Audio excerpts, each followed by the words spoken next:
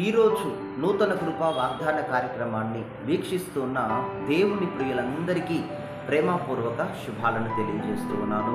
ఈ రోజున మీరు గొప్ప తిరస్కారాన్ని, ఘోరమైన అవమానాలను ఎదుర్కొంటూ ఉండొచ్చు.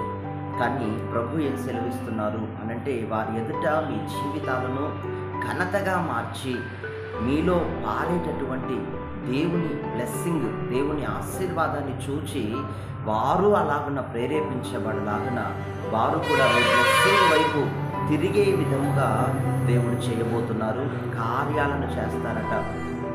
అందుకే బైబిల్ గ్రంథంలో యెషయా ప్రవచన గ్రంథం 44:5లో ఈరోజు కొరకు వాగ్దానం దేవుడు ఏం తెలియజేస్తున్నాడంటే, ఒకడు నేను యెహోవా వాడనను, మరి ఒకడు యాకోబు పేరు చెప్పుకొనును. ఎంత అద్భుతమైన వాగ్దానము! మీరు గమనించండి, ఈ లోకంలో ఎవరైనా మీకు రావాల్సిన ఒక గోల్డ్ మెడల్ కావచ్చు, మీకు రావాల్సిన ఒక గోల్డ్ కప్ కావచ్చు, మీకు రావాల్సిన ఘనత ఏదైనా మీ పేరుకి, మీ గ్రేస్కి, మీ యొక్క గ్రేస్కి కావాల్సిన గ్రేస్ ఏదైనా ఇంకొకరికి మీరు ఇస్తారా? అలా జరగదు. మీ పేరుకు ఒకవేళ ఎవరైనా వ్యక్తులు భంగం కలిగిస్తూ ఉంటే కూడా సీరియస్గా మీరు అక్కడ యాక్షన్ తీసుకొని వాటన్నిటిని కూడా అరికడతారు. కానీ దేవుడి వాక్యం ఏం సెలవిస్తుందంటే, దేవుడు తన మహిమను ఎవ్వరికి ఇచ్చువాడను కాదు అని అంటారు బైబిల్లో. కానీ ఈ వచనంలో ఎంత ఆశ్చర్యకరంగా రాయబడిందంటే, ఆయనకి ఇష్టలైన వారైతే, ఆయనకి ఇష్టముగా బ్రతికే బిడ్డలైతే వారికి ఆయన తన ఘనతను, తన నామమును, ఆయనకు రావాల్సిన మహిమను కూడా వారితో పంచుకుంటారట. మనకి ఆయన ఈ ఆశీర్వాదాన్ని ఈ రోజున దయచూపుతూ ఉన్నారు. ఆయన మహిమను పంచుకోవటానికి ఏ పాటి వారము, ఏ యోగ్యత లేదు, ఏ అర్హత లేదు, ఏ మంచితనము కాదు. కానీ దేవుడు మనలను అటువంటి విలువైన జీవితముగా మార్చాలని, అన్య జనాంగముల మధ్యలో మనల్ని ఒక ప్రత్యేకమైన బ్లెస్సింగ్లో తీసుకుని వెళ్ళాలని ప్రభు తలంచి ఉన్నారు. దేవునికి స్తోత్రం కలుగును గాక. హల్లెలూయా. కొన్ని రోజుల క్రితం ఒక ఫ్యామిలీ మా దగ్గర వచ్చారు.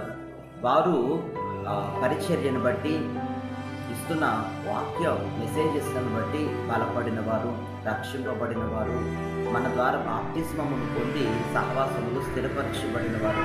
అయితే వారు అంటున్నారు కదా, ఇప్పుడు మేము సహవాసాన్ని బట్టి దేవునికి భక్తిలో ఎంతగానో స్థిరపరచబడ్డాం, బ్లెస్ అయ్యాము.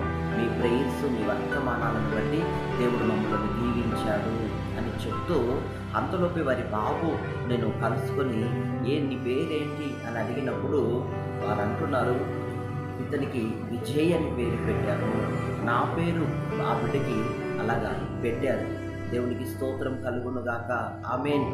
ఎందుకంటే దేవుడు తన నామమును, తన మహిమను మనకిచ్చువాడు. ఆయనకి ఇష్టలమైతే మన పేరు కూడా ఈ లోకములు వాడబడేటట్లుగా, భూలోకమంతటా సకల రాజ్యములలో సర్వలోకమందు యేసయ్య పేరైతే ఎట్లా పొగడబడి ఆరాధింపబడుతుందో, ఆ రీతిగా మనకును కూడా ఆ ఘనతను, ఆ మహిమను ఆపాదించేవాడు. మన పేరులు కూడా, మన మహిమను కూడా దేవుడు మనకిచ్చిన గ్రేస్లో కూడా అనేకులు వారు పేరు పెట్టుకోవటము, అలాగే మన బ్లెస్సింగ్లో వారు బ్లెస్ అవ్వటము, మన పిలుపులో, మన దర్శనములో వారు బ్లెస్ అవ్వటము, ఇదంతా కూడా దేవుని యొక్క ప్రణాళిక.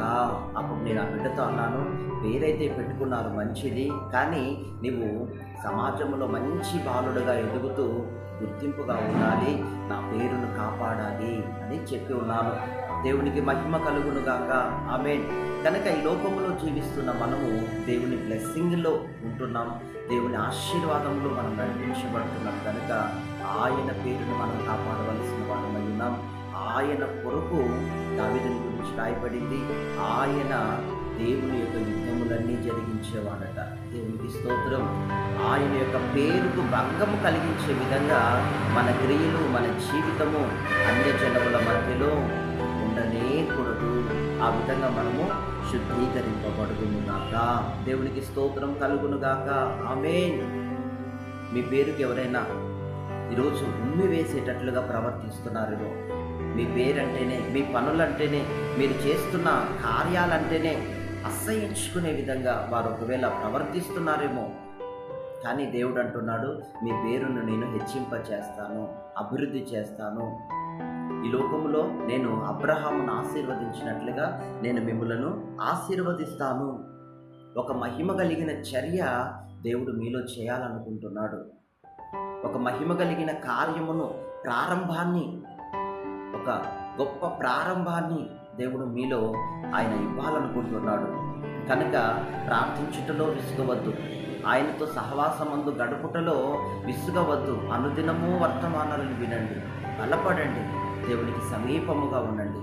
దేవుడు అతిశయంగా మిమ్మల్ని ఆశీర్వదించి ఉన్నతమైన వ్యక్తులుగా తీర్చిదిద్దునుగాక.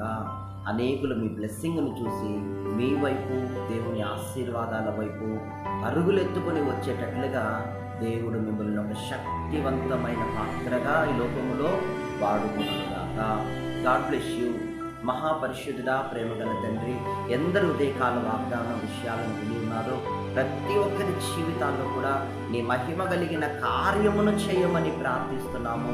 అవును తండ్రి, ఈ యొక్క మహిమను, నీ నామమును అయ్యా పంచుకోవటానికి మేము ఏ పాటి వారము, నీ యోగ్యత అర్హత మాలో లేదే. కానీ నీ రక్తం ఇచ్చి, నీ స్వరక్తం ఇచ్చి సంపాదించిన సంఘమైన వారికి, నీ చిత్తములో నడిచే నీ ఇష్టులకు తప్పనిసరిగా నీ మహిమను, నీ ఘనతను, నీ గ్రేస్ని, నీ మంచితనాన్ని, నీ పరిపూర్ణ సౌందర్యాన్ని అయ్యా మాకు అనుగ్రహించే దేవుడవని ఈరోజు వాక్యం ద్వారా మేము విన్నాము. ఈ మాటలు విని ఎందరైతే జ్ఞానాన్ని పొందుకున్నారో, ఎందరైతే వారి ఆత్మీయ జీవితములో మరి ముందుకు సాగాలని ఆశపడుతున్నారో అటు బిడ్డలందరికీ ఏ ఆటంకం ఉండగా వారు పరుగులెత్తాలి నాయనా. నీకు స్తోత్రం. దేవుని మహిమ కొరకు, దేవుని యొక్క కృప కొరకు పరుగులెత్తే వారిగా మార్చండి.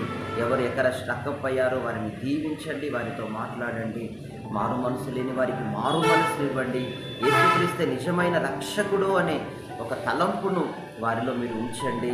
ఎవరైనా ప్రభు స్వార్థికులు వెళ్ళి స్వార్థ పంచినప్పుడు, బైబిల్స్ ఇచ్చినప్పుడు ఎవరు ఎక్కడ తిరస్కరించకూడదు. వెంటనే ప్రభు మీ యొక్క గ్రంథాన్ని, మీ ప్రేమను వారు రిజెక్ట్ చేయకూడదు. వెంటనే అంగీకరించి చేర్చుకోవాలయ్యా. భూమి అంతటా స్వార్థ ప్రకటించబడాలి. సకల జనులు నీకు సాగిలపడుతుముగాక. స్తోత్రమైన నమ్మని వారు ఈరోజు నమ్మి బాప్తిస్మము పొందుదురుగాక. తెలియని వారికి తెలియచేయబడునుగాక. ఎన్నడూ చూడని వారి దేవుని ప్రత్యక్షతలు ఈ ప్రవచన మాటలను బట్టి పొందుకునేదురుగాక. ప్రతి వారి కన్నీరు తుడిచి మీరు సమీపముగా ఉండి నూతన కార్యాలు, నూతన దీవెనలు వారి తలల మీదకి రానివ్వండి, ఆశీర్వదించండి. యేసు నామములో ప్రార్థిస్తున్నాము తండ్రి. God bless you. దేవుడు మిమ్మల్ని రీతిగా వర్తిల్ల చేయునుగాక.